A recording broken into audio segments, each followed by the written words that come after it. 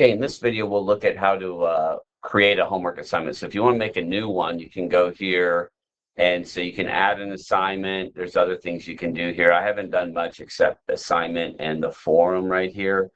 You can add blocks within the block. I probably wouldn't do that, but let's just focus on the assignment. So if you add an assignment, you'll title it and kind of come up with your parameters. So let's look at this one right here. I'll go ahead and go to settings so you can see what this looks like. So here, this is where you can title it. And then if you want to put a summary here, so this one's on whole numbers. And then down here, you can hide it if you want to hide it or show it by date. So right now I have it available January 13th and then due on the 20th. Right here, you can adjust the time. You might want to make it due at midnight or whatever you prefer. Practice mode, keep open for ungraded practice after the due date.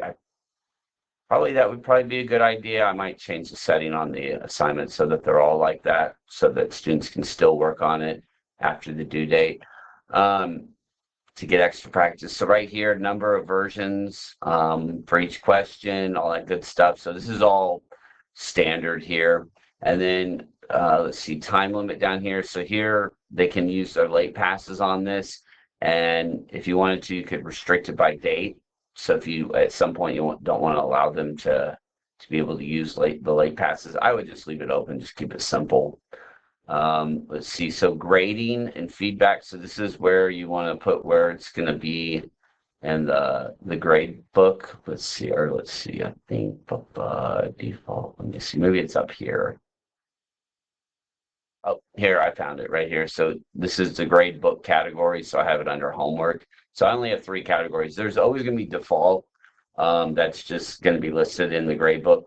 So there's regular exams, final exam, homework. Obviously, it's homework. And then here, if you want to put a penalty for questions that are done with the late pass, you can take off whatever you want if you decide you want to do that.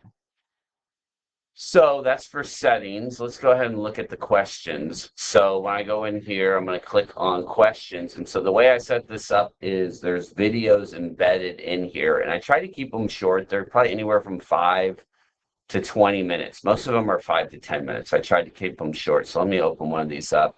So this is what the student will do. They'll watch this video right here. This one's 5 minutes. And then there's another video here. This one on similar material. This one's 3 minutes long. And then after that, they have the questions here.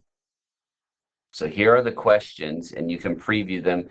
And these little black boxes with the play sign right there, that means they do have videos embedded also. So if they get stuck, they'll have videos available. So when I click on this, see there's a video right there. So if they want to watch the video, they can. Then you can click here so you can see the answer. So right here it says round to the nearest 100th right there. And so they can watch the video if they want. So then if you look down here, when I get to question 9, I have another video for them to watch here. And then what they do is they just click, yes, I have watched the video, and submit it. So it's actually part of the assignment. If you want to, you can make it worth 0 points if you really want to. Here's the point totals. So you can make questions worth more or less if you want. I adjusted some of these for exams. I'll show you that in a moment. So here's another question. So this is a good one right here. So this is a has different multiple parts to it. So you can kind of see the answers to these if you want. This one has a video and a written example. So you can click those and check those out later if you want. And so let's say you want to add some of your own questions. So let's see, I'm just going to highlight rounding whole numbers. So I'm going to come down here to my libraries. I'm going to type in whole numbers, rounding whole numbers. And if you click search, nothing will come up, okay? So nothing will come up. You have to change the library setting to all libraries, because right now, this is only my library of what I have. And so I don't have anything dealing with rounding numbers that I created. So I need to go to all libraries, and then you're going to see all these pop up here, okay? So they're the ones that have videos. That little symbol there with the blue thing, that's going to be that there's an example, written example. And then if you see this right here with the little arrows with the slash going through it, that means that there's not multiple versions of that question. So I tried to avoid, well, those are videos. Let me see. Those are videos. So I try to avoid those unless I want it for the video, that's fine. But that just means that if there is a question involved in it, there won't be there won't be multiple versions of it. So let me click here so you can see this is one of the questions. If you can see it's in the light gray, that means that it's actually already part of the assignment. So right there. So let me, if you hit new version, so you can kind of see it will rotate through the different versions. Sometimes you'll want to do that because you might think you like the question, but then you look at the multiple versions and you might be like, oh, wait a second, that's not something I was expecting. That's not something I want the students to run into. So you do kind of want to be careful, especially like when it comes to fractions and stuff, whenever we get to that unit.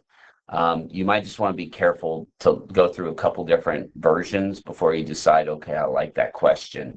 And so I was pretty careful about that when I built this to make sure. What I like to do is a lot of times I'll search, and your top searches should be related to what you wrote, what you typed in here. But also a lot of times I like to use this right over here. It says times used. And so I like to organize it by that so that I know that there's over 10,000 people using this question. So it's probably a pretty good question.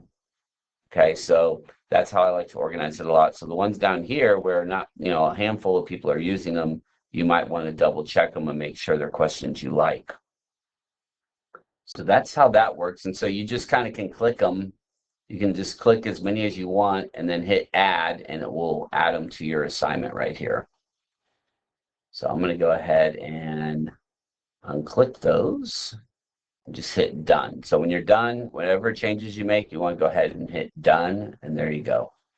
So let's look at the review for this unit. So questions, so you can see I have a bunch here. And so you can see that some of them don't have videos. So just kind of be aware of that. What you can also do, and I have this in the exam. Let me go to the exam because I bet I have this in the exam. So when I'm in the exam, you'll notice that it has these X'd out because that means they're not going to be able to use these. And so you have to classify the assignment as a quiz or something like that. I'll go to settings in a minute and show you. But you have to classify it a certain way, or else they'll be able to use these resources on the exams. What I wanted to show you is that you can group questions, and so they'll randomly get one of these questions. So what I did on most of these was I made a review, and then the exam is just a subset of those questions. So anything that was in the review could be on the exam. And so some of these questions that are similar, what I did was I grouped them. And so the way you do that is you just kind of, I'll group these first three. You click them, hit group. There you go, they're grouped. If you want to ungroup them, just click ungroup, and there you go. All right, so let me show you the settings real quick for exams because it's different than your regular assignments. So let's see, I'm going to go to settings. And so, see, I have it in the gradebook as a regular exam. Okay, right here, this is where you want to submission type. So quiz style, retake whole assignment with new version, but you're probably only going to let them take it once. It's up to you. One question or one try per question. So I think that should automatically happen. So there's homework style. So if I do homework style, there we go. And so you can adjust. Do you want to give them more attempts or whatever? Do you want to give them penalties? That's for homework. Number of tries, you can increase that once again. But I'm going to go ahead and put that back as a quiz style right there. And so also that will affect other things about like when can they go over their quiz or their test. And so I always like to make it to where they can't see everything until the due date has passed. Okay, I like to do that because if you're going to make them submit their work for the assessment, you don't want them to go back and be able to see which ones they got wrong and be able to fix it and send in their work for partial credit. So okay, I think that does it for the assignments and kind of how to build them. Like I said, it's kind of fun going in there and searching for questions that you want to use. You kind of have to be careful with what you're using to search. Like the more detail you put in your search, the less that's going to come up. But for the most part, you should be set on these. So like I said, all these assessments, they have those videos. And so this one was actually made by me right here. And so I'm actually going to show you how to create these videos in another video explanation showing you how to build one of these questions and embed one of your own videos if you'd like. So I'll do that in the next video.